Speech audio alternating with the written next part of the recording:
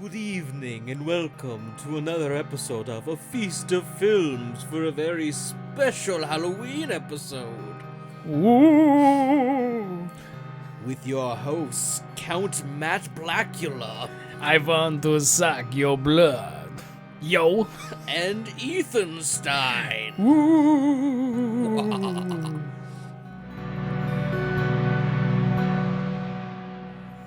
Hello, my fellow movie fans, and welcome to another episode of A Feast of Films.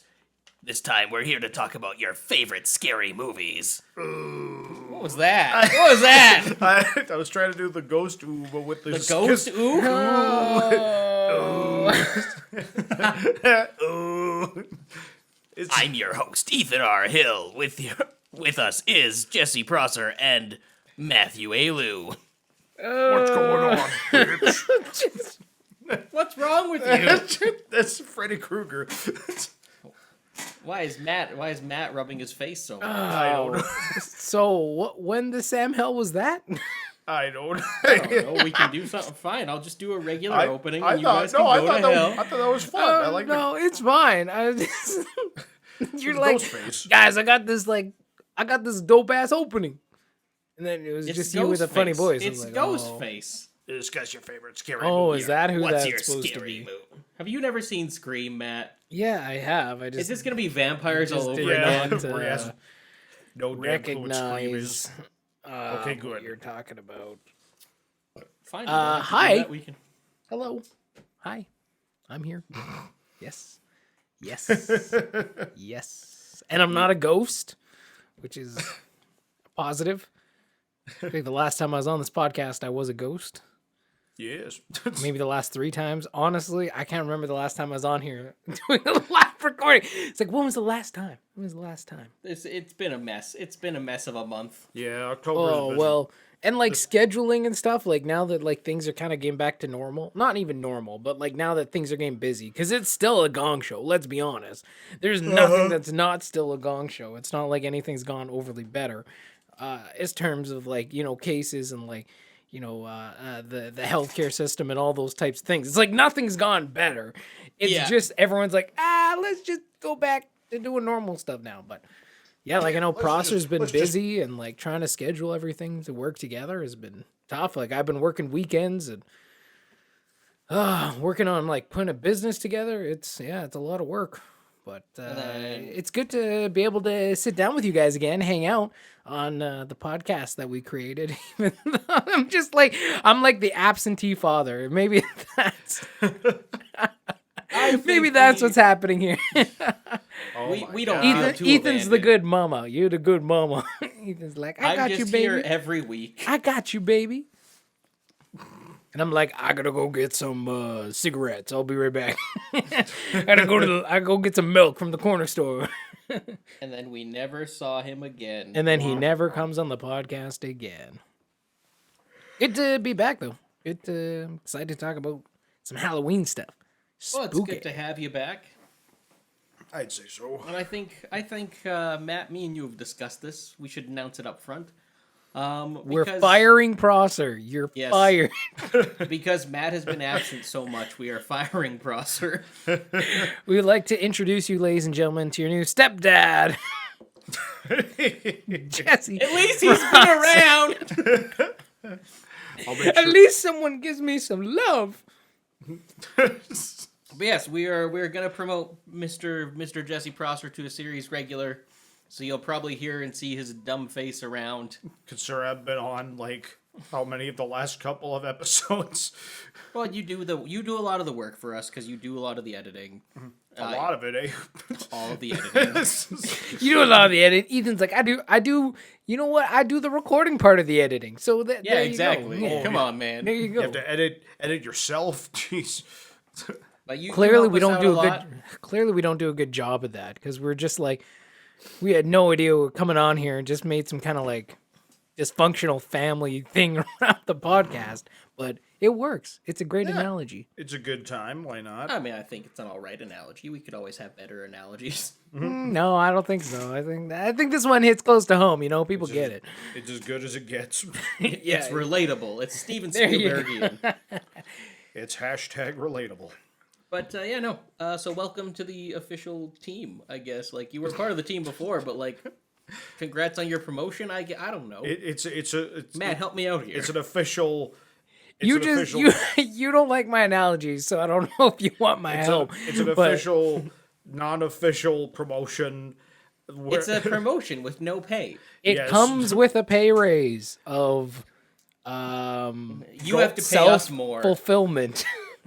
Remember, I can edit this thing, so it comes with a pay raise of $1 million. It's just your voice over top of Matt's. $1 million. Oh wow, Matt, that's really generous for you to say $1 million. Jesse Prosser, we want to promote you. Oh boy. Well, thank you for having me, and thank you for giving me this honorable promotion. I'll try to do you guys proud. This means that I can finally dip out a podcast and make you two talk to each other without me. It would just turn into 2 hours of us talking about Halo. We'd be like, we're taking over this movie podcast. We're going to talk about Halo today. What's going on? Talk about a feast of Halo. Are you guys just admitting that you have one note as people? You only know Halo? No, Yes. That's why we also have a podcast about movies, because we just know Halo. Is that Matt? Is that why? Yes, if I would have asked you about the vampires in Halo, would you have been able to talk to me about? There are no vampires in Halo. Exactly, and that's why he couldn't talk to me about vampires. There's like zombie type stuff in Halo. Listen. Going back to this. Oh yeah, I was on the vampire episode. I forgot. But I was like, and a couple people listen, it wasn't that I didn't watch vampire movies. I just didn't find them overly interesting, and I specifically didn't watch Dracula. That was your issue. You're like, you haven't seen any Dracula? And I was like, well, Blade 3. I don't need Blade That's the thing. 3. There was a few people who talked to me about it. They're like, yeah, so we listened to your vampire episode. It was kind of weird, because it was basically you being like, so have you seen this vampire movie? And Matt being like, nah. And it's a lot of you being like, vampires? And he's like, nope. And I'm like, I asked if he wanted to talk about vampires. He agreed. And then I'm like, I have nothing, man. I have nothing. It's like, hey, you want to go fishing this weekend? Sure, you get on the boat. All right, where's your fishing rod? I don't know the fishing rod. Why would you want to go? I brought dynamite? I don't know. That ties into the vampire thing. It does. Because the most famous interpretation of Dracula where he uses dynamite. That was, Dracula and Monster Squad uses dynamite for some reason. It's amazing. Oh, wow. Monster Squad is a delight. Oy. So anyway, hey everybody, again, I guess we can probably move this along, so... Yeah. Jesse's here and I'm moving congratulations, Mr. Prosser. Let's talk about some slasher villains. Yeah. Or slashers, I guess. That's what we're here to talk about. Stabby. On this, the Halloween.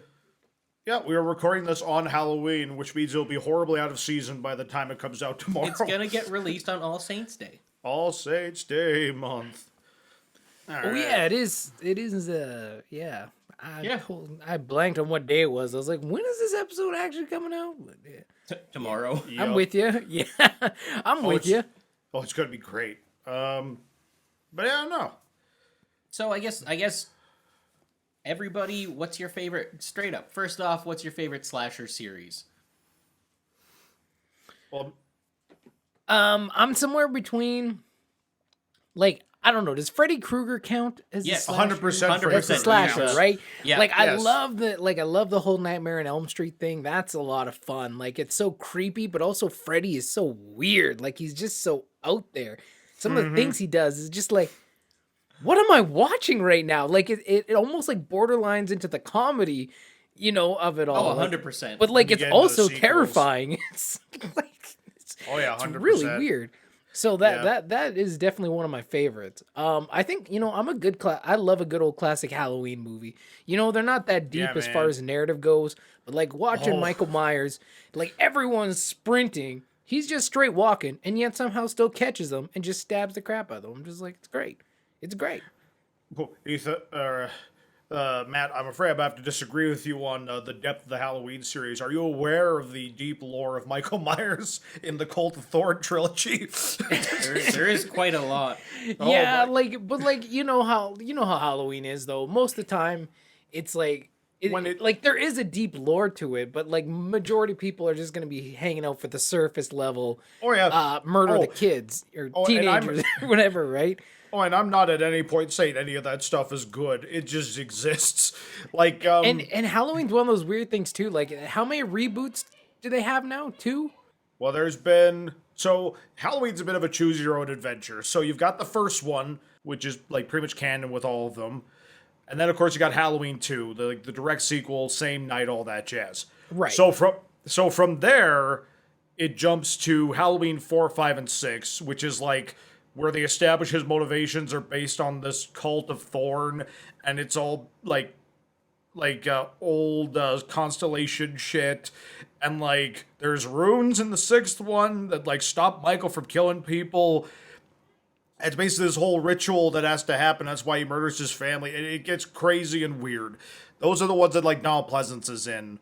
Like, right. They keep his character going. Yeah. So then they ended that series, and then they jumped from Halloween 2 to H2O, where Jamie Lee Curtis comes back, and I really like H2O. I think it's a solid like continuation, and honestly, it's probably the best ending the series could have gotten. You've seen H2O? Yeah, and I thought at the time I was like, this is the weirdest title. I was like, it reminds me of water. Like I'm like, no, like Halloween water. What? Like it's memorable, but like it's like, oh yeah, Halloween 20 years later. But then they're like, yeah, H2O, and it's like, because isn't it supposed to just be H20, not H2O? Yeah, but everyone calls it H2O. H2O, yeah. It's just like, all right. Oh, or no, I'm trying to remember the logo because I want to say even the logo like has the 2 like slightly below the H and the O. Yeah, like it's memorable because it's like that's how people say it. It's like that's where Halloween just should have ended with Laurie Strode cutting Michael's fucking head off, and that's the end. She did it. He's dead. It's fine. Call it a day. But then you get Halloween Resurrection, right? Where it's established that Michael switched costumes with one of the paramedics. So Laurie Strode cut off a paramedic's head.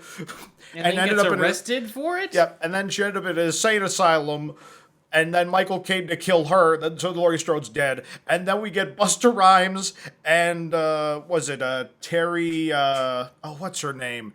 She was like a reality host. I have no idea, man. Resurrection is one I've seen twice. All I know is that's the movie where Michael Myers is defeated by Busta Rhymes doing kung fu. So they... It's also Katie Sackhoff's first role ever, for those of you who are Katie Sackhoff fans. Yep, one of her first movie performances. She's not super proud of it, but it is what it is. So then they called it with that, and they did the Rob Zombie ones, and that's its own timeline. Which were like two ones there, right? Yeah, and the thing I'll say about those, like, say what you want about Rob Zombie as a filmmaker, he made it his own. Like, yeah. And he like the first one I really enjoy. The second one was not as good. Yeah. It was weird. They made some weird choices. But at the end of the day, it worked as Rob Zombie's Halloweens, and that's why I respect those for what they are. He did something completely different. It's weird that he just made Michael look like a homeless dude, but like it is what it is. That's just Tyler Mane. There's just Tyler Mane just walked onto set. So then. And then now they just went back to the first Halloween, and now it jumps straight into 2018 because Michael. It's again another sequel one, right? Exactly, but it's a sequel only to the first one. Yeah, exactly. Yeah. Another reboot but this time now Laurie and Michael are not related at all. So the Shape's killings are now Michael Myers. His killings are now completely random, like they were kind of intended to be in the first one, and. I'm like, again, I haven't seen Halloween Kills, but it seems like they're going back on that and they're just making it a straight up body count slasher, which not really what Halloween is to me, but like it's fine. Yeah, no, I haven't seen the more recent one, but yeah, I agree. That's kind of like if you look at the reviews and stuff. People are saying it's not as good as the last one, but it's still okay. It's like if all you want is bloody murder, then you're gonna love it. Yeah, and like anytime you get Jamie Lee Curtis back, it's just like, yeah, like she's prime. She's prime. From what I gather, too, they decided to retread ground and just kind of take elements from the second one and the fourth one. And like, if you're gonna discount those from continuity, why are you taking stuff from them anyway? Yeah. Like, why are you bringing it back in? Yeah. exactly. Like, and then of course the final one is Halloween 3, which is just its complete own thing, not connected to Michael Myers. And I legitimately think it's one of the best ones. Halloween 3 Season of the Witch. Yes. A movie that it's gotten a lot more of a cult following now, and people are starting to really like it because of how original it is. Like, if you haven't seen Halloween 3, I would legitimately recommend it. It's not a slasher, it's like more of just like a seasonal horror film. It's weird. It's really weird. It's a really weird movie, but yeah, I think it's really good. There's robots. Yeah, so like there's 4 different Halloween timelines.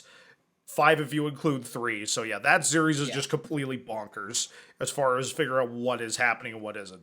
Like but that's again, it's one of the things that I love about Halloween. Like, you're not really going there to figure out like what's all connected together. Like, it is fun at the end of the day, and like they add lore and stuff. But for me personally, like I don't know, like there's certain movies, like sometimes even comedies, it's like you'll give them a break on like lore, or even like if there's plot holes in some things, if it's really, really funny. Because like a comedy's job is to make you laugh at the end of the day, right?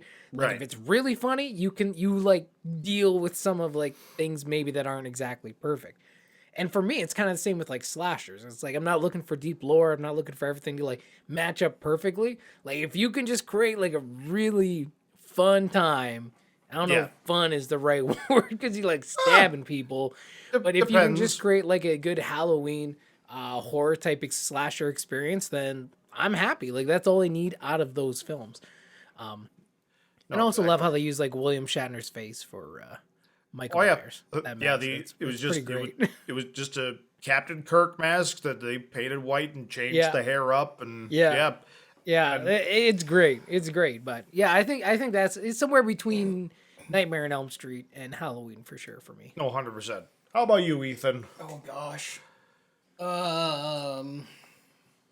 That's tough. Because I like slasher films, but they're not my favorite type of horror by any means. Yeah. Honestly, Scream is probably my favorite franchise. Yes. Like I think it's the best, most executed, consistent out of them. If we're talking like quality and like quality to quantity, like altogether, like Scream so far is the best one. I like to say this, maybe you'll know what I'm talking about, Matt. They're the Lethal Weapon of slasher films. That makes sense. Yeah. We're the same creative team throughout the first 4, and they're just like consistently pretty solid. The third one's the weakest, which funny enough. But even then, the third one isn't bad. Yeah. Right? And like the acting is consistent across the board. Mm-hmm. I love the themes. I love the fact that they continuously poke fun at where they are in the series. Yes. And like to me it's the most grounded and most like that's the most terrifying to me, because at the end of the day, like, well, Ghostface is just a crazy person and several crazy people. Yeah. Whereas like Michael Myers, that likeliness of that happening is slim to none. Jason Voorhees, very much slim to none. Yeah. Jason's his own thing, man. Freddy Krueger, same thing. Like, but then just again, I feel like Freddy Krueger's probably a little less than slim to none. The fact that you give him slim to none seems like you're giving it too much reality potential. Man, we don't know. We don't know what goes on after hours. Yep. You ever had? Yep. You ever heard about where Wes Craven got the idea for it? No. It was from like there's a news story. I think it was Indonesia. Yes, I think so. Yeah. Where some guy was trying to not go to sleep because he was convinced that if he went to sleep, he would die. Something within his dream was going to kill him. So he was like staying up late, drinking coffee, all this kind of stuff. And then didn't someone give him like sedatives to put him to sleep? No, he just finally fell asleep out. And then he died? He died in his sleep. Yeah, he died of a heart attack in his sleep. Right? There you go. Well, like shit, man, probably from sleep deprivation. I mean, that could very well be, or it could be Freddy Krueger. Could be. Well, I mean, man, you ever had sleep paralysis before? That shit's scary. No. Yeah, it's not fun. But no, like for sure, like sleep paralysis. It's always interesting when you like get into like these types of conversations, because like even sleep paralysis is obviously very much associated like in different cultures with like different like demons or spirits or whatever and stuff like that too, right? And it just it does make you wonder. It's like does the brain conjure some of these types of things, or it's like is there things out there in the night in like on where we cannot see on the other side of the veil that can get you while you sleep? Interesting. Yeah, man. It's Spooky fascinating stuff. Well, and like there's always the there's a saying that people have where like every face that you see in a dream is somebody that you've seen in real life. So it's I want to say that's like scientifically proven. Yeah. Like you can't your face cannot create faces that you haven't seen before. Interesting. Like your brain can't. Wait, did you just say face? I said your face can't create faces. Just like got onto it. Afterward, I was like, wait, man, face, you just say your face face can't create cannot faces. create faces. Your brain can't Like just. that seems like a given, man. Your brain can't just construct faces from nothing. Mm-hmm. They have to all be based off of something that someone you've seen. Wait, so any like the hot chicks I've seen in dreams, like just like hanging around, it's like I've seen them before. Whether it's like, feel like a passing moment in the mall TV. or on TV, like every face you've ever seen in a dream. Which means if you've seen a shadowy figure in your dreams, means you probably saw them somewhere in real life. Well, no, because does a shadowy figure have a face? Sometimes they do. Then how is it a shadowy figure? Well, there's the hag entities, there's the shadow men, all that kind of stuff. But do they? Yeah, have but faces? if they actually exist outside of your head, then or do they? But do they have faces? That's my question. That's the question. Well, they in some cases people see faces, others it's just like two eyes and a mouth. Well, then that doesn't count. I mean, sometimes I'm just saying. It's a creepy thing that happens in reality. See, all my paralysis demons just look like Prosser. God, that'd be terrifying. Oh, here we go again. Hey, Ethan, how For are real you though, doing? like that's like one of the things I hope I never experience because I'm pretty sure I would just lose my shit. I'd be like, It's not fun. I can tell you that much. It's not a good time. I've experienced it more than once. Not recently, which is good, but it's not a good time. Do you see stuff? Do you see faces? What do you see? I've He hides under his blanket and doesn't see This is the anything. Halloween episode. What do you see? It's time to scare everyone. Well, like I mean, I can attest to one experience I had with sleep paralysis, which was super friggin' weird. I like woke up from dreaming, and I was pretty sure like I felt myself slipping into sleep paralysis. So like I woke up, it felt like my eyes were open, but then like something like leaned over my bed. Like, I felt, like, weight on my bed. It was super weird. And then, like, a face, like, pressed right up against the covers because I had my head covered. And then there were, like, 3, like, peck kisses on my cheek. And I, like, friggin' panic woke up and, like, went like this, ah! And there was nothing there. But, like, that legit freaked me the hell out. Like, it was just a really weird experience.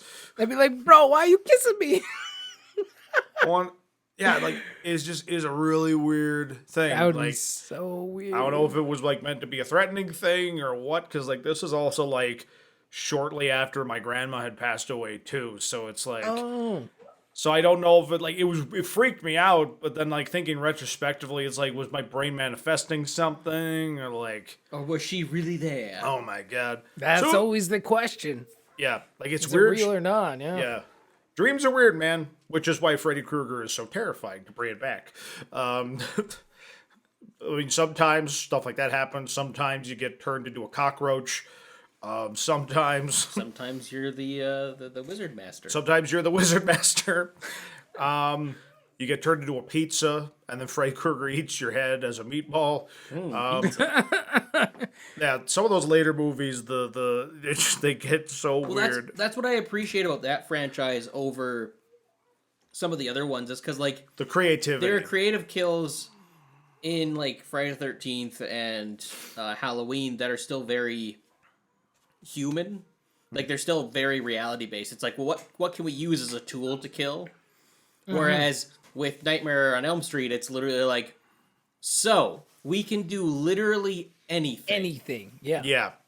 So like, let's just go crazy. Like, man, part 3, like the like him like taking the tenants, Yeah, doing the puppet. doing Yeah, the marionette. that the was dream- honestly just in my head just before you said it. When you're thinking like creative kills, I was thinking of that one too. Yeah, like the marionette one. kill. Dream Warriors to me is a perfect Nightmare on Elm Street movie. Like that one is. Someone wants your attention. Nah, he's just driving his car in the door. It's like it has a better ending than the original, because like the ending of Nightmare on Elm Street, and I've discussed this before, the ending is really what stops it from being recognized on the same level as a lot of other classic horror films. It's because it needed a sting like every other horror movie out there. Like, if they gone for something a little more subtle in the ending. If you compare it to like so Halloween, the reason why that ending works is Michael just disappearing. And then it's just like the shots of like these dark places with him breathing, and it's super creepy, but like it's subtle. It's an ending, but it's kind of open ended. But Nightmare on Elm Street, it's like they went for it's bright and daylight. She's going to school. Oh, the car looks like Freddy. That's super weird. Oh, there's the kids who are doing the jump rope. Like, oh, and the mom gets pulled through the window. What? What is happening? Well, I think a lot of it they were going for that final sting, like Friday the 13th, where you have or Carrie, or because you have that last moment or something jumps out and scares you. But it's like it's the one thing about Nightmare on Elm Street to me that's just legitimately bad is the ending. And like, it has a good ending, but then they had to throw that stinger on, and to me it's just like okay. And then it just it's the one thing where I'm like, if you just picked one, if you picked a more subtle ending, it would have been fine. Like, other than that, like 1 and 3 are to me like perfect complementary pieces. I still love the second one. I know a lot of people don't, but the second one's still great. The second one is fun. Like, it's a all things considered, it's not like Dream Warriors is definitely more the traditional sequel. But like, I appreciate them just like kind of doing a new character fighting against Freddy. Again, they were following the trope of the slasher flick at that time, which was a lot of Friday the 13th was kind of like the groundwork for that, where every movie was a different set of people. There wasn't continuing characters. No, exactly. Which takes me back to my answer of Scream. Yes. Where it's the same characters the entire time. And that's I love the fact that it's the same characters, and you see this stuff kind of keep happening to them, and them having to adapt and change. Mm-hmm. I love the fact that the kills. What's it? I was gonna say that just sounds like just such a shitty life, man.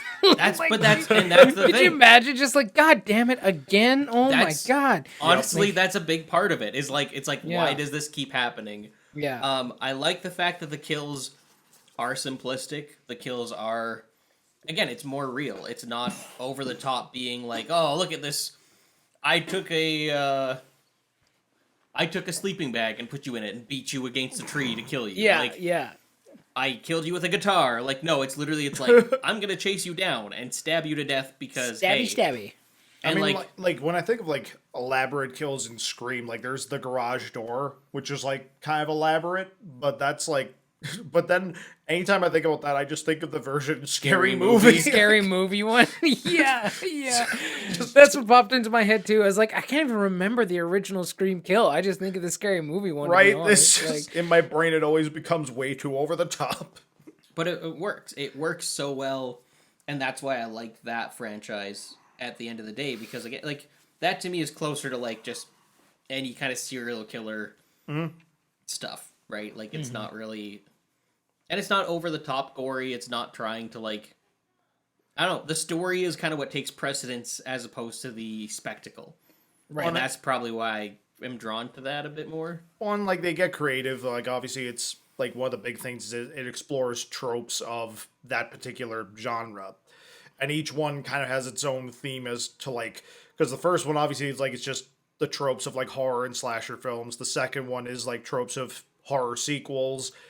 The third one is like horror final chapters, and then the fourth one is all about remakes and kind of like more extreme cinema because of what was happening at the time. Like, they all have their own like kind of themes of what they're about, which makes each one unique in that respect. Mm-hmm. Yeah, no. So Scream is a fantastic answer. I really enjoy those movies too.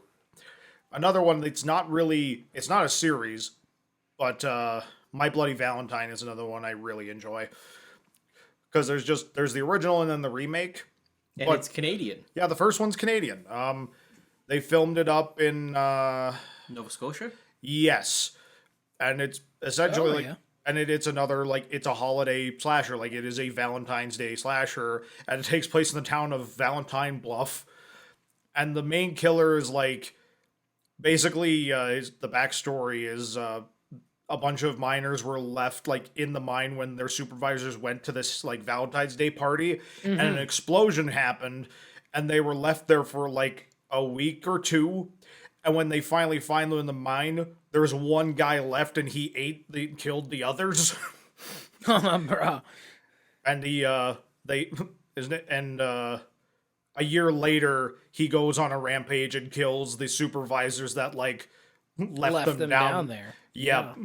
And then then we flash forward years later, and it's has the killer come back, or is... Yeah, because he was locked up in an asylum, wasn't he? Yes, and they're oh my god, it's happening again. It's kind of this sins of the past thing going on. But but it's the killer's just in a classic mining costume with the helmet, the headlight, the gas mask, and it has this Darth Vader breathing thing, and he uses a pickaxe primarily, but it doesn't have the greatest acting on the planet. Everybody talks like they're Canadian. It's we were watching it one year. Not and even from down east, coastal Canadian. Oh yeah, 100%. Everyone's got that accent going on. We were watching it. It's halfway through, and they're everyone's partying too. So I turned to him, are they drunk or are they Canadian? What is this supposed to be? Yeah. Oh yeah, let's go take a look down at the mine over there, bud. Don't you know? Yeah. Okay, yeah, buddy, don't you know? let's do it. Go down there and take a You're look. so full of shit.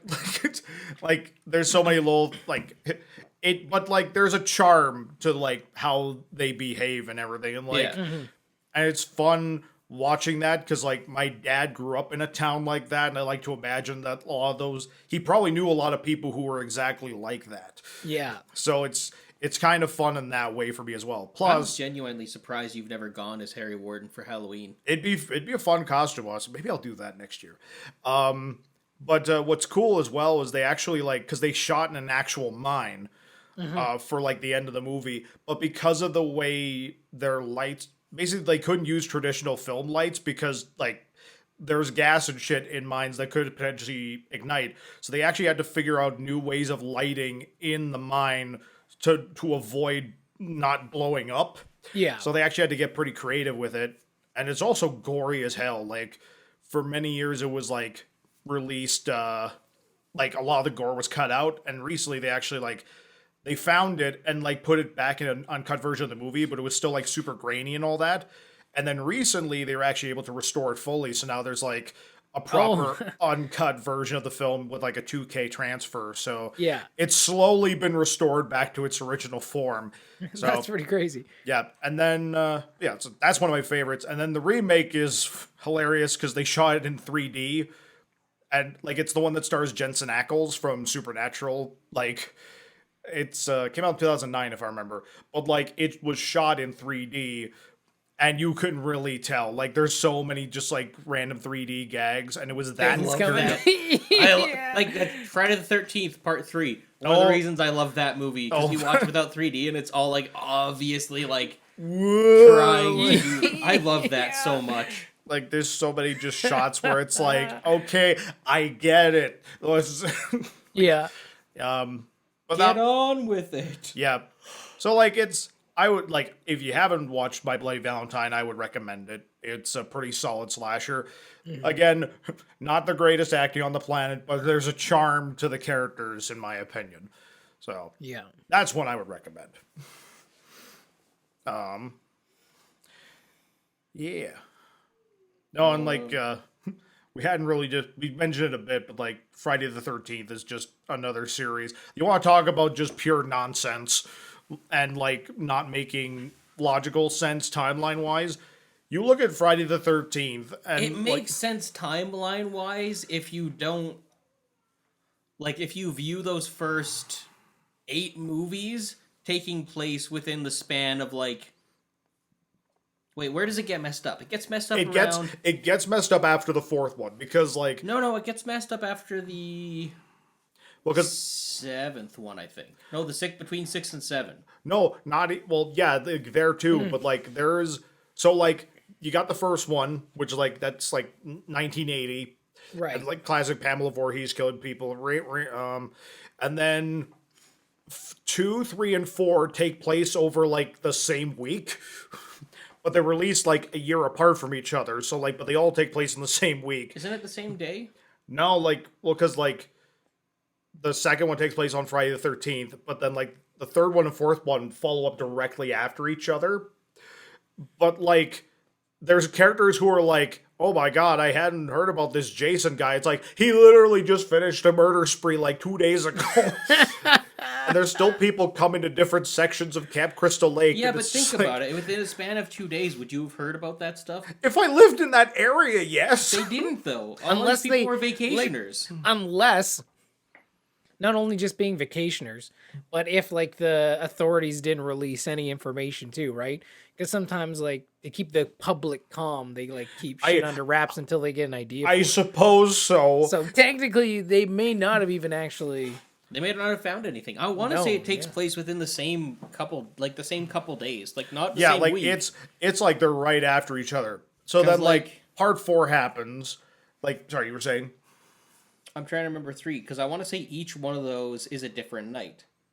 Oh yeah, they're different days for sure. Like they take place over the course of a week. I don't think it's over the course of the week. I think it's over the course of 3 days. Like I'll have to look this up, but like.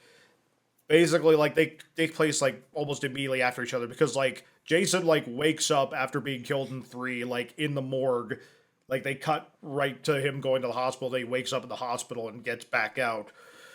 But then, fourth one, the final chapter, Jason gets killed by Tommy Jarvis. Yeah, right? So, he gets killed by Tommy Jarvis. And then, it jumps ahead... 10 or 13 years, and Tommy Jarvis is now an adult. And that's the one, part 5 is the one that doesn't have Jason in it. It's a copycat killer. So like, that's the one that doesn't have Jason in it. And that one didn't do well for a myriad of reasons. So then the next one, Friday the 13th, part 6, Jason Lives, which takes place a couple years after that one.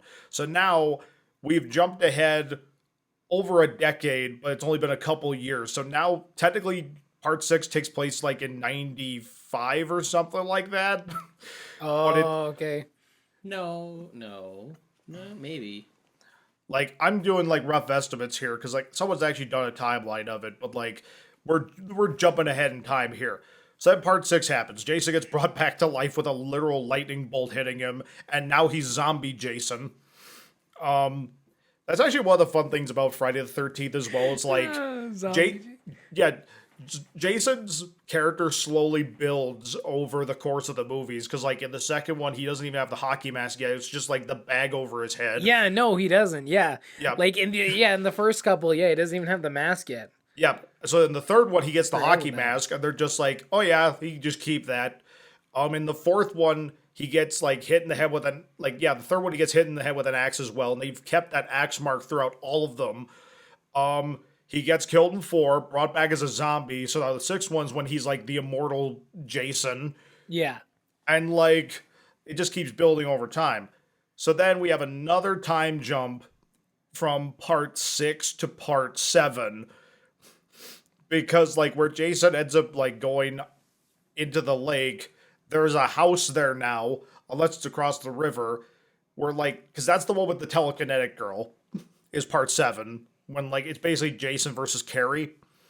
Again, these movies get weird. I don't think I saw that one, but yeah, okay. Yeah, these get weird. They just start doing weird shit. But, by the time you get to, like, by the time you get to, like, 6 and 7 and any kind of normal, like, not even just slasher, but any kind of, like, film series, they start going that's insane. When stuff gets weird. Look at Fast and the Furious, man. Once you get to like 6 God. and 7, like they're just throw out the rule books, man. Like it doesn't matter. I mean, yeah, like if you think about it, Fast and Furious also brought characters back from the dead, so like, you know, it makes sense. So apparently, the first Friday the 13th doesn't even actually take place on Friday the 13th. What? Because it's June 13th of 1979, which was a Wednesday. Well, that's if they would have bumped it to July, then it would have been Friday the 13th. So that's an oversight on the filmmaker. That seems like a really lame oversight, though. Really thought someone would have done half the research for that. But well, because Jason's birthday is just like the 13th of June, I'm pretty sure. And then 84, they got it right for Friday the 13th Part 2. Because Friday the 13th actually happened on the Friday. So that works. Let me see. Okay, so I got Friday the 13th Part 2. Friday Kills People. Friday Kills People. Shut up. Gotta get down on I love Friday. it when the days of the week just start murdering people. That's a good time. And then Saturday the 14th is when Friday the 13th Part 4 or 3 happens. Mm-hmm. And then final chapter happens on the 16th. Yeah, so like literally like that all happens within a week. So yeah, Thursday to it happens Friday to Monday the following week. Oh, Monday, Tuesday, Wednesday. Yeah, no, it actually you're right. Yeah, right. It basically happens all the way through to Wednesday. Like Jason just Friday to murders Wednesday. A good chunk of Jason's body count all happens within a week. Like, New Beginning. If you're the cops there, you gotta just be like, "What in the Sam hell? It's got a is death going curse. on?" It's got a death curse. Well, guys, it's got a death curse. I don't know what we can do about this. Like, I'd be like, "Okay, everyone, we're all just gonna leave. Okay, like forget it." New Beginning. New Beginning takes place in 1989. But that's the thing, like Jason Lives takes place in 1990. So you weren't far off. yeah. Wait, 5 and 6 are a year apart? Yep. So he just got out of the... Yeah, that's the whole plot of it. No, you know this. You've watched it. The whole point and why He escaped from the thing. He escaped from prison or from the mental asylum, and that's why the sheriff doesn't trust him. Oh, that Tommy Jarvis, he's a crazy kid. Yeah, he's like, no, yeah, like he's a criminal. We got to lock him up. That's why he gets put in prison. That's why he gets put in the jail cell and everything. That's why she's got to spring him out. Yep, Tommy Jarvis. Did you watch the movie? Oh, I've watched it so many times. But like he's watched it so many times, Matt. But yeah, Tommy Jarvis, the only character that's consistently been in 3 movies aside from Jason. And then 93. Nope. Then 1997 is technically when New Blood happens. Yes, because of the time jump there. Then 98 is when Jason Takes Manhattan happens. Oh, okay, so 98. So yes, the 2 towers would have still been up. Did I miss a section of the conversation when I was looking stuff up? Well, because I've always said, like, the way that the time jumps work, like, because you see Manhattan in Jason Takes Manhattan for 5 minutes, but the rest of the movie's on a boat. But you see it. So he doesn't really take Manhattan. No, he takes Vancouver, and then he's in Times Square for 2 minutes, and then... and then he's on a boat. It's mostly just a boat and on the way there. He gets He gets hit by New York water and turns into a child. Yeah, like the toxic New York wastewater. Turns him into a child. Returns him to his pure Jason form. Yeah, Jason Takes Manhattan is bad. So then there's Jason Goes to Hell, the final Friday. And yes, Jason Goes to Hell, the final Friday. So we've ended the series twice now. That's 2003. The final one. Psych! Again. Freddy vs. Jason happens the same year. Classic. Yeah. Actually, that's a pretty seamless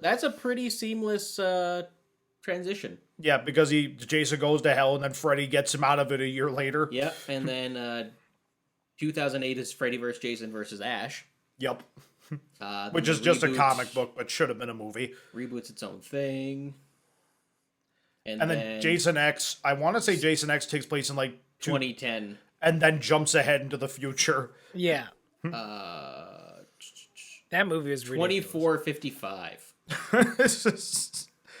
that takes place. That's further than Alien Resurrection in the future. Oh man. Man, technology has not been kind. So the point is, Friday the 13th is messed up timeline wise. Well, The point is, don't make 10 movies for the same so character. that's the thing. So me and Prosser, was Trent part of the pitch too, or was it me and you? I think it was just us. I think Trent was there. Yeah, Trent He might have contributed. We were talking about like the logical step for Friday the 13th isn't a reboot series, but to pick up after 10, after Jason X. Mm-hmm. And he's launched into space at the end of Jason X. We're just going to say that that's what happens. Yep. He gets launched into space, he gets sucked into a wormhole, and then gets launched through time. And it's like a mini-series of like 13, it should be 13 episodes. Yeah, 13 right? episodes. 13 episodes. And each one is Jason in a through different time. in a different time period, killing people. Just like murdered people. So you get... And then where it ends with him getting sucked back through a wormhole, and then that bolt of lightning that resurrects him at 6 is just him going back into his body. Yeah, and then you have a cycle. Yeah, and it ties it all up. But yeah, we had like Jason in the Roman Colosseum. Yeah, Jason as a gladiator would be great. Jason fighting dinosaurs. Yep, we had Jason in Prohibition era. Yep, Jason Prohibition, Jason in World War II. Yeah, like Jason killing Nazis would be amazing. Yeah, 100%. You know what also would be a great way to end that is like have Jason come back and get murdered by past Jason. Like the only person who can kill Jason is Jason. Actually, I'm pretty sure one of the crossover I think episode. there is actually a comic book where Jason, like Jason X fights regular Jason. I don't know how that ends up happening. Well, like, okay, regular Jason or zombie Jason? Like, I think, zombie Jason. Like, basically, it's like essentially like part 8, part 9, that era Jason. I feel fights like Jason X. Well, no, because part 9 Jason is not zombie Jason. It's Slug. That's weird. Possess you, Jason. In part 9, yeah, he's not. he gets blown up in the first like 5 minutes. But he's a spirit. Yeah, that like, can possess people. Yeah. He gets like he goes into other people and then they start killing people as Jason. And also, that is the movie that establishes that the Necronomicon from the Evil Dead movies is in the Voorhees house, which is how it connects into Ash, like Freddy versus Jason versus Ash. Yeah. It's so weird. I mean, the Freddy Krueger glove is also in the cabin in Evil Dead. So there's references all over the place. Yeah, Wes Craven referenced Evil Dead in one of his movies. Yeah, like in the first Nightmare on Elm Street, they're watching Evil Dead on the TV. So it's all connected. It's all connected, yeah. The real cinematic universe. Oh, yeah, but you know why Freddy versus Jason versus Ash, like that movie didn't happen? Because it was gonna happen. It got really close to happening. Sam Raimi and Bruce Campbell and Rob Tapper were on board, and they were talking about making it happen. But then they said, okay, we'll do it, but Ash has to win because, he's a hero, so obviously he would win. They're villains, yeah. And then the New Line Cinema guys were like, no, we just had Freddy get killed. We can't have him get killed, and Jason can't get killed either. And it's like, are you kidding me? This is what you're hung up about? We can't have a clear winner. We can't have these characters who have been killed in every single one of their installments. Yeah, these are people who just keep coming back again and again and again. So what's the deal with them dying? It doesn't matter. It's just like bring them back. They were down to do it, but Ash had to win, which makes perfect sense because he's a hero. And they're like, no, that can't happen. It's going to make them look like weak. And it's like, they literally die in all their movies, man. Like, apparently Robert Englund, because he wasn't in the room, but he heard about it. And he's like, I wish I was in the room to say, Bob, you brought me back with dog piss in one of those movies. Like, we could bring him back after Ash kills him. Like, it's fine. Yeah. Like, it makes me mad that wasn't a movie because it would have been so awesome. But they always get hung up on stupid things, eh? Like great ideas always get stopped by stupid reasons. But so I have a theory and I'm curious about it and I wonder if you agree if this could happen. I'm pretty sure Warner Brothers owns 2 of those 3 franchises now. Yeah, I'm not sure who owns anything. I'm not sure. Because New Line Cinema owned both and Warner Brothers owns New Line Cinema. Yes. Well, although I guess Friday the 13th now is just kind of like... Yeah, Friday the 13th's in limbo now. Like, it's not really... Do you think that if Warner Brothers pulled up their socks and actually thought about it, they could make an animated Jason versus Freddy versus Ash? Oh, 100%. That would be pretty cool. In the same style as like the Mortal Kombat ones they've been doing? That's 100% what I've been saying they should do. Because, like, you could, like, Robert Englund could play Freddy in that, because he could just voice him. Bruce Campbell probably wouldn't play Ash live action again, but he would probably voice him. And like Jason, you don't need a fucking voice for it, it's whatever. But you could totally do an animated adaptation of that, and it would be so dope. It would be great. It would be amazing. Yeah, you make it as gory as you want, like, because it's animated. Like, and just go for broke. Yeah. Like, that's what they should do. Will they do it? I don't know, but it would be awesome. So, yeah. what else we got? Do you guys consider, like, so this is a weird one for me, because I've never considered this, but I know for some reason people do. Mm-hmm. Do you guys consider Hellraiser to be a slasher film at all? Not really. Not really. But, like, Pinhead's always considered with those slasher villains. Anytime, and, like, he's considered in, like, the pantheon of, like, those horror icon characters. Like, the Cenobites are their own thing. Yeah. But they're people, not... for some reason, I always hear people talk about, like, they'll talk about, like, in the versus thing, they'll be like, oh yeah, Freddy versus Jason versus Michael Myers versus Leatherface versus Pinhead, and it's like, why is Pinhead there? Well, it's like yeah, that's like a totally different... Well, because again, what I want to... He's in his own little, like, Cenobite universe or whatever, right? Yeah. Yeah, like... And they have to be summoned, and they just, like, come to... Like, their motivations are totally different. Like, it's not... Yeah, like, 100%. Like, that's such a weird series, man. It's not my favorite by any means. It's just like another series that went to space after so many installments. Yeah, for sure. Yeah. Yep, Leprechaun went to space. Chucky never went to space, which is kind of surprising, but he did get married though. He did, and had a baby. Yeah. Yep. Pretty good for a doll. Yeah. Yep, a gender fluid baby. Yep. It's pretty progressive. Oh yes, very very progressive for a serial killer. Okay, what about this? What about death in Final Fantasy series? You mean Final Destination? Final Destination. Final Fantasy. Final Fantasy. I mean, like, I must have been thinking about that. I don't even play Final Fantasy. I was just saying, like, I don't remember death in Final Fantasy. I know there's Final Destination. I don't know what. Like, they always, like, I don't know. It's the final thing, I guess. I'll see you soon. Like, good old Tony Todd, who played Candyman, another slasher. Slasher, yeah. But no, like, I wouldn't say, because that's, like, in Final Destination, it's like an entity that is, like, that was just establishing the order in which things are supposed to happen. So, like, murdering people. So would you say, and this is going to get a little weird, Death, Hellraiser, and Candyman wouldn't fit under that. They'd fall under entities as opposed to falling under slashers. Well, like... But then, so wouldn't Freddy Krueger that's fall the thing, under an like, entity? Like, it gets complicated, because, like, I would say Candyman... Where's the line? Candyman's more of a slasher than those two. But Candyman haunts specific people. Like, it is more of a ghost... Like, it is more of a ghost. Like, Freddy actively, like, goes on murdering people, whereas, like... Yeah, and I don't think he discriminates. Like, he'll just go for anybody. Oh, 100%. Like, it starts with the kids on Elm Street as revenge, but then as the series progresses, it's like, there is an Elm Street in every town. Every town has an Elm Street. He'll just kill everybody, right? Now I'm playing with power. Yeah, like, and that's what I mean. Whereas, like, if you look at Hellraiser, Death, and Candyman, they all are specifically, like, have to be summoned. They have to be, basically, they're almost kind of, they're forces of nature more than anything else. Mm-hmm. Yes, Candyman was, wronged in his vengeful spirit, technically. Yeah. But also he's basically getting revenge when someone summons him. Yeah. Whereas, like, Hellraiser, they're managing hell, and Death is just restoring order. Mm-hmm. Like, to a degree, yeah, because Candyman definitely, like, a lot of people put him in the slasher category because, like, he's iconic, and he's got that hook and everything, so, like, he does slash people.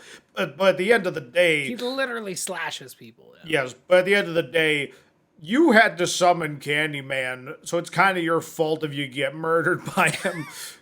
It's like your dumbass said Candyman 5 times in the mirror, so Well, and that's kind of the same thing with Hellraiser too, right? Like Pinhead, it's like you got to do that a little. you did the Rubik's You cube did the and puzzle, man. that's on you, man. Like now you're effed. And like at least with death in Final Destination, it's like literally it's a force that's trying to restore the order of the universe.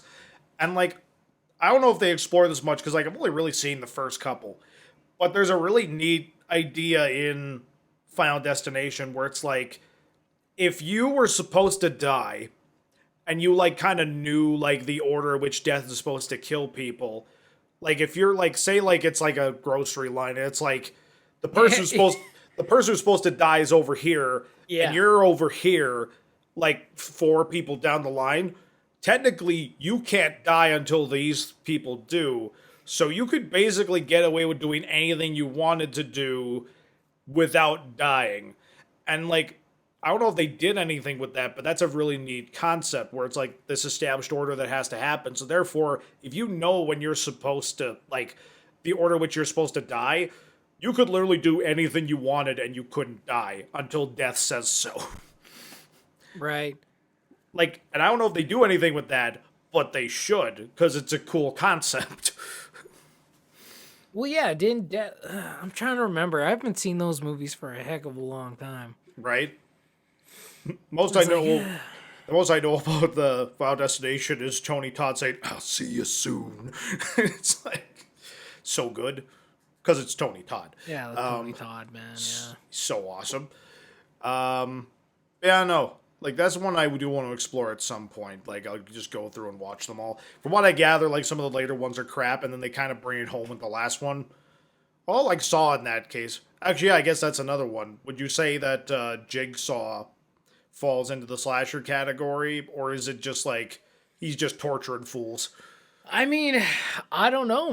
Yeah, no, I probably wouldn't call it a slasher. I think we kind of narrowed down the slasher thing, like just talking about it. Like at the end of the day, a slasher slashes people. Like at the end of the day, right? Like that's why you got Freddy Krueger. He's got the claws. Like if he didn't have the claws and he just did other things, it's like would he still be considered a slasher, or would he just be considered, some other part of the horror universe or whatever under a different name? Because like you said, Candyman, like he's got the hook. It's like he slashes people. Like that's literally in the name.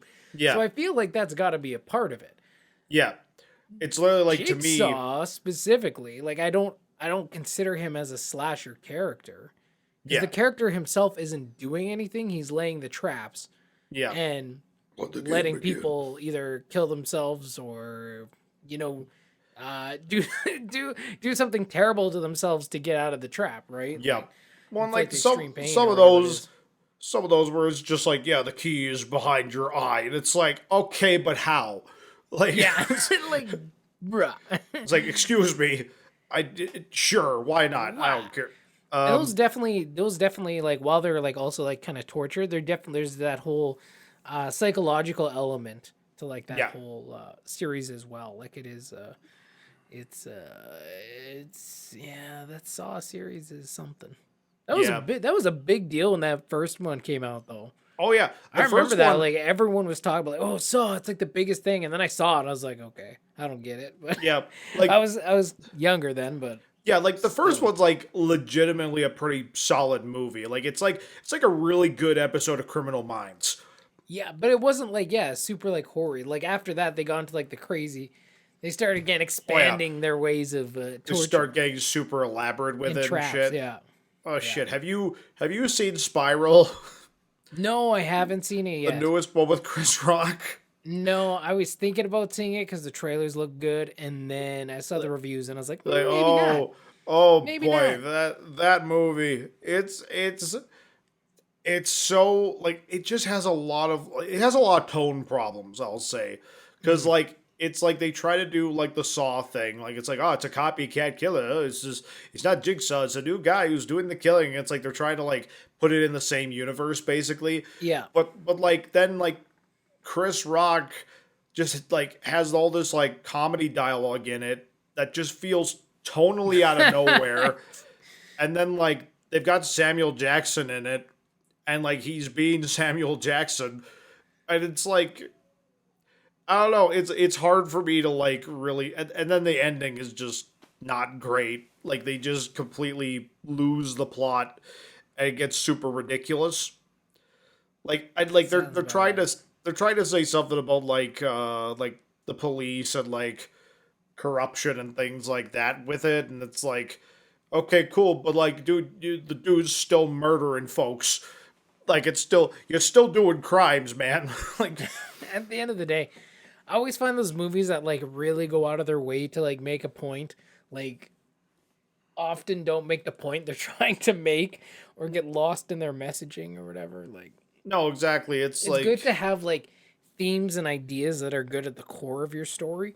But if you're like, I'm going to build a story around this one specific point, like if you start with like your point that you want to make and then build your story around it, like I just feel like it always gets really messy. no, Instead exactly. of like that, like the theme and the idea of it being kind of the, not necessarily building it specifically to say that, but like kind of letting the story like generate, naturally exactly. come up with those things as well. But Yeah, that's just my own thoughts. and that's a lot of like what happened like with Spiral, in my opinion. Is it just like it just was so, it was just so up its own ass in a lot of ways, and then like, yeah, like I mean, yeah, you saw it, Ethan. Like You just laughed. It is one of the funniest movies I have ever seen. like it has such a tone problem, Just can't even help it. He's just dying. but holding in laughter. It was like super predictable, which isn't bad, but then the acting was not great. Oh, and the story made no sense. Oh, yeah, well, and the casting made no sense. oh yeah, there's flashbacks, and they give Samuel Jackson a mustache to establish that he's younger. And then also put Chris Rock in a backwards baseball cap while in police uniform, full police uniform, but a backwards baseball cap, and to establish he's younger. This is his younger version. And the lady, they put her hair in a ponytail. No, they gave her terrible fake bangs. Oh right, it's like, yeah, just really like. Oh, and then the Jigsaw killer, like the copycat killer, sounds like Dr. Evil, which also doesn't help. Oh boy. Like it's just, yeah, I would not recommend Spiral. I mean, I would actually no, I would recommend it because it's fucking unintentionally funny at times. My favorite. I'm assuming no one cares about spoilers for Spiral at all. Spoiler warning. Do you, Matt? Do you care at all? No, I don't. The killer goes to the extent of tattooing a homeless guy with the same tattoo that he has to make the homeless guy look like it's his body. To like be like, oh man, I guess I'm dead. Oh look, you can identify because of the tattoo, and it's like, you know what? You know what, movie? No, this is stupid. You should have gone farther, and you should have just had him like either cut off the tattoo and like plant it somewhere, or like he cut off his own arm. That's how messed up this guy is. But no, it's like, no, I hired a tattoo artist to tattoo this professional thing on this homeless guy. Yeah. So dumb. Like, man, like, no, it was so just a lot of effort, but not crazy enough. You know, it was laughably high funny. in effort, but like not. It got recommended to me by one of my friends, and she's like, you need to go home and watch this right now. And I'm like, okay. And so I made Prosper and Trent watch it with me, and it was like one of the best, worst experiences I've ever had. Yeah, it was an experience to say the least. Yeah. Trying to think if there's any we haven't really covered. Did we touch Child's Play? Well, we talked a little bit about Chucky, like some of the later installments, how weird they get. That one's unique just because, like, it's a very different, like, thing with the killer where he's trapped inside of a toy. The first three are, like, solid. Yeah. I love those first three. Bride of Chucky I need to watch. I still don't think I've actually seen that one. And then the rest are just, yeah. Like, I tried watching some of the newer installments. I never saw the remake, but from what I've heard, it's... Yeah, me neither. It's basically not Child's Play. It's literally, they just took the title, threw it on there, and... Like, if it was an episode of Black Mirror, it would be okay, but, like... Yeah. As a Child's Play movie, it's not too good. Oh. Yeah. Did you discuss Behind the Mask? Oh no, we haven't discussed Behind the Mask yet. So Have you ever heard of this movie, Matt? No. So it's Behind the Mask, the Leslie Vernon story, and basically the premise of it is that it's a mockumentary of up and coming slasher serial killer in a world where like Michael, Jason, Freddy, and all those guys exist in the same universe. Oh, okay. And so it's basically this film crew is following around this guy learning about how to be a slasher and a serial killer. Oh my God. Like it basically setting up his first big killing spree and all this stuff. Yeah. And they even like they have dialogue where they talk about how important cardio is, because like, well, you got your victims, they're running their asses off, and you gotta be walking, but you have to still catch up with them. You got to make it look like you're just walking. You got to make it look like you're just there. Yeah. So it's like cardio's super important. It's like it's That's fair. it's a really fun one. It came out like I think the mid 2000s. Yeah, I've never heard of that. Interesting. yeah, Definitely recommend it. a very Behind the unique Mask. take. Yeah, Behind the Mask. Definitely one that would like if you enjoy the slasher genre and you just want to like a fun original take on it, that one is a good one. 100%. Yeah. So, talked a bit about we didn't really touch on Leatherface at all, but like that series there's like one really good movie and then the sequel's fun and the rest are just like mixed bags. Well, it's, again, you can only tell the same story so many times, and Yes. it's not really anything. The problem, and that's where like Friday the 13th worked for some reason, but Leatherface didn't. Is crap, my brain. Okay, hold on. So both of them are silent killers. Yep. Friday the 13th, they didn't limit Jason to like one shtick. Yes. Where he's like, I will only use this machete. Like, he would use anything. Yeah. Whereas, like, with Leatherface, the chainsaw was so synonymous with... Well, I mean, it's the title, It's in the goddamn title. Like, right? Yeah. He used other things to kill, but, like, at the end of the day, basically how scary can it be when, like, you're trying to kill people with the chainsaw? There's not exactly a stealth element with that, No. right? Yeah, you can't just show up. Yeah, you can't really sneak up on people with a chainsaw. And then they were also pigeonholed with the whole redneck vibe, too, like... Yeah. Honestly, Yeah, just ignore him. but honestly, like, it's like, that's the series that Rob Zombie should have rebooted is Texas Chainsaw. But then again, like, he'd basically just be remaking his, like, the Hillbilly ones that he did, like, with Devil's Reject and all that. Like, those essentially are his take on that idea, because it's like the messed up family unit. Yeah, I guess so. Yeah. But at the end of the day, like the first one is just like it's one of those classic horror films, and the second one, Tobe Hooper just said, you know what, I'm just gonna make. I can't really follow it up with another serious take, so I'm just gonna make a horror comedy. Like the second one is ridiculous, with some of its characters and just like the tone, like complete departure from the first one. Mm-hmm. And then the third one has one of my favorite teaser posters of all time, or not teaser posters, teaser trailers, because it's like a man standing at the foot of a lake. It's like, say, this like Excalibur type thing, where it's like the lady of the lake, and then suddenly a giant chainsaw comes out of the lake and flies towards the guy, and he turns around and it's Leatherface. Jesus. It's like this big silver chainsaw comes out of the lake. It's like it's like the legend continues. It's fucking Leatherface with a giant chainsaw Coming out of a lake. Like it's legitimately one of my favorite teaser trailers of all time because it's just ridiculous.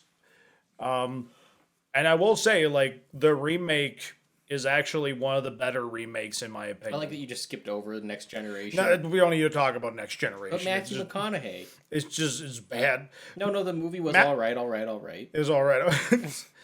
Matthew McConaughey doesn't even want... Like, Matthew McConaughey and... Was it Nicole Kidman? Who was it? The I have no idea. I can't remember. But, like, basically both of them were convinced that movie was not coming out.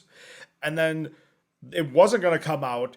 and then they kind of became a bit bigger stars, and then they're like, okay, we can release this now and make some money. Like they actively tried to make it not come out, and then it got released anyway. It was, that movie's bad, but the remake's not terrible. Like, especially, like, honestly, it has like Arlie Ermy, like the drill sergeant from Full Metal Jacket. He's like he's kind of like the dad character in that one, and he's honestly scarier than Leatherface is. Like, they do a really good job making him like terrifying in it.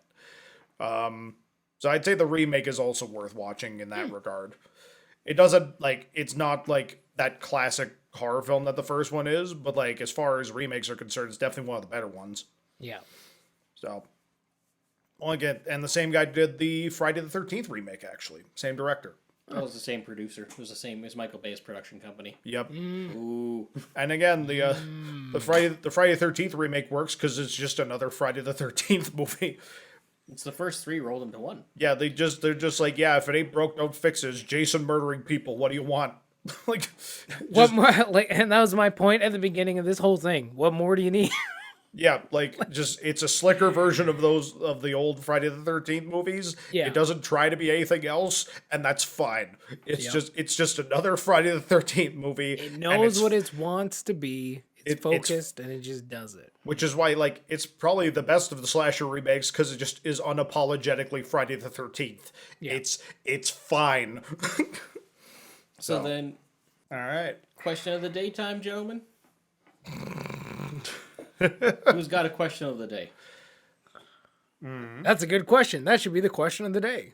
I think it should be Prosser because he, it's his first official. All right, it's a baby, sure. It's a baby.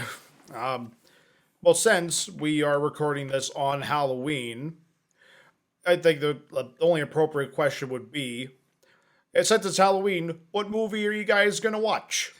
What are some of your favorite movies to watch on Halloween?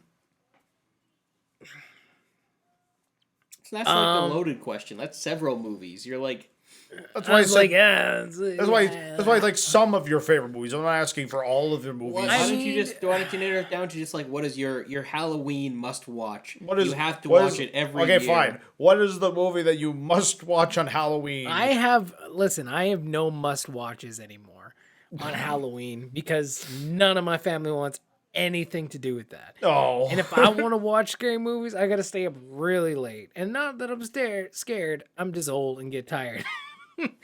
That's the problem. I have to stay awake everybody and then stay awake for a whole movie, which sometimes is a bit much, especially when you have to look after a kid in the morning. It's just sometimes it's a bit much. But traditionally, my favorite Halloween movies were the Paranormal Activity movies. Like I would watch for sure the first one. The second one I was so on. I really liked the third one. And then I can't remember. I don't even think I watched past that. And there's a new one coming out now too, I think, or it just came out the other day actually. Yeah, I heard it's either coming out or it just came out. I think it just came out. I think it was the 29th on Friday. What the hell was that one? Paranormal Activity something. Yeah, because the last one was the marked Next of ones? Kin. No. Next of Kin, I think that's what it's called. Marked one was, I want to say Ghost Dimension, I think was the last one. Oh, the Ghost. Yeah. Yeah, okay. Yeah, but I mean, for me, in Halloween, when I was living with my buddy Chris and Ethan, not this Ethan, different Ethan, but when I was bacheloring in the bachelor pad, we'd go see the Paranormal Activity movies every year when they came out in theaters because they always came out at Halloween. So that was a fun, probably 3 or 4 solid years, and then we'd watch them when we were at home and stuff too. But those were always super creepy. And you got to take it out of your head, right? The fact that it's this isn't a real thing that's happening. That's the thing. This isn't a real thing that's happening right now, but it's you just got to invest in movies, man. Just have fun watching them, get involved in it. And those Paranormal Activity movies can be very, very creepy. Especially that first one was standout, man. I was like, oh yeah, bruh. It's a solid example of just being able to do a lot with not much. Like it's super simple. Just doing a lot with just pretty much like blue screening or whatever that guy, right? Like just cutting him out, digitally removing the actual person. But like because it's not like there was a huge budget there. Yeah.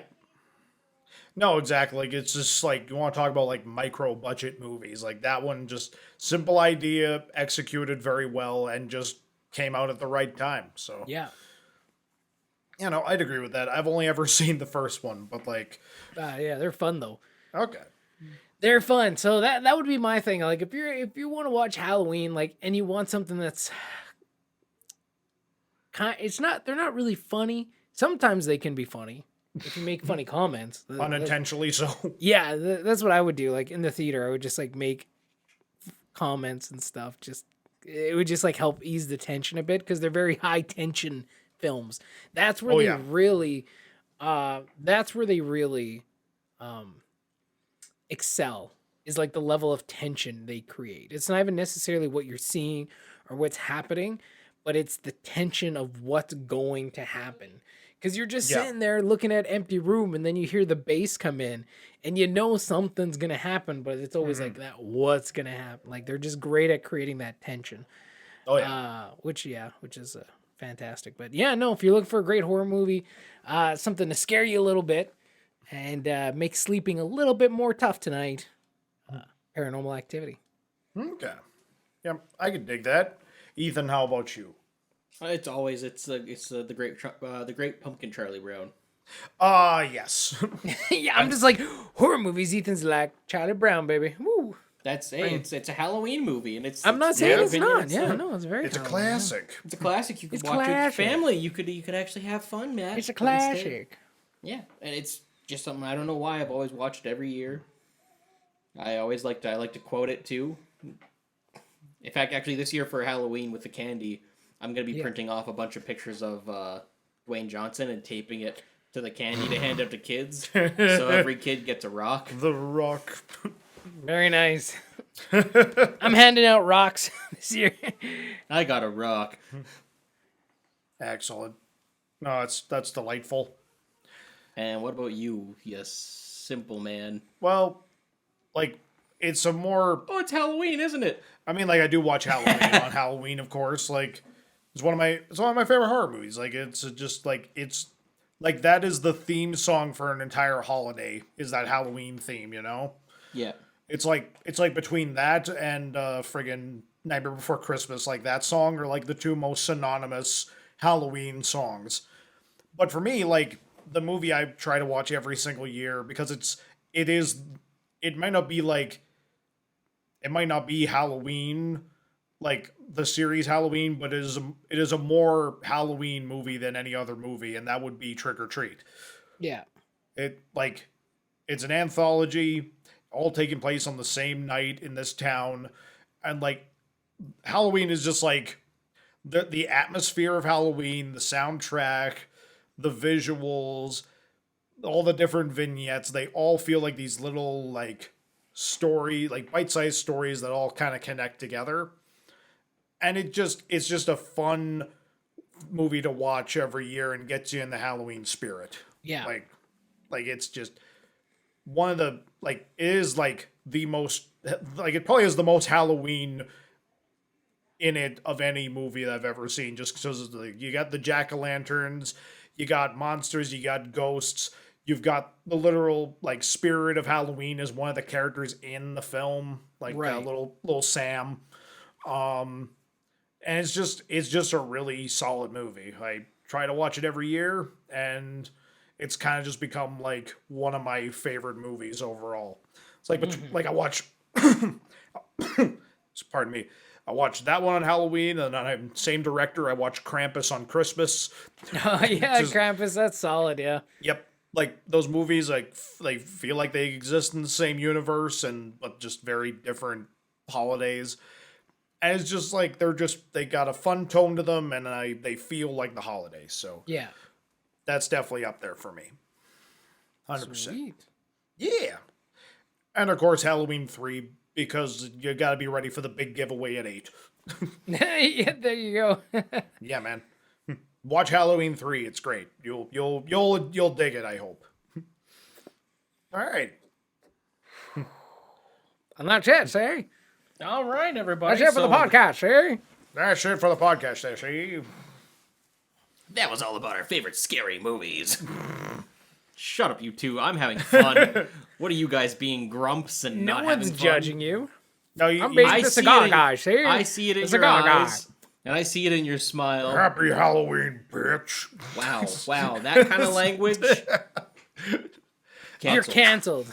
Oh, no. Canceled. My first episode as a regular, and I've been canceled.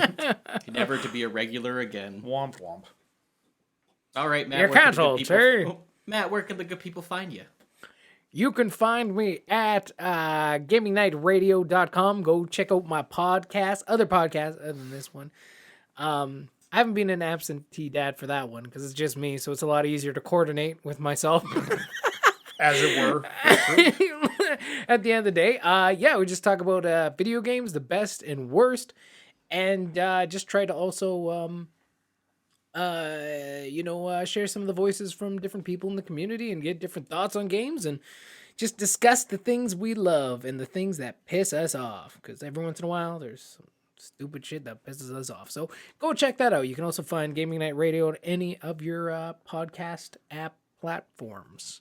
So go check that one out. Fun time. Alrighty. What about you, Mr. Prosser? They can find me on Instagram at thatjprosser. I haven't posted anything in a while, but go ahead and check out my older stuff.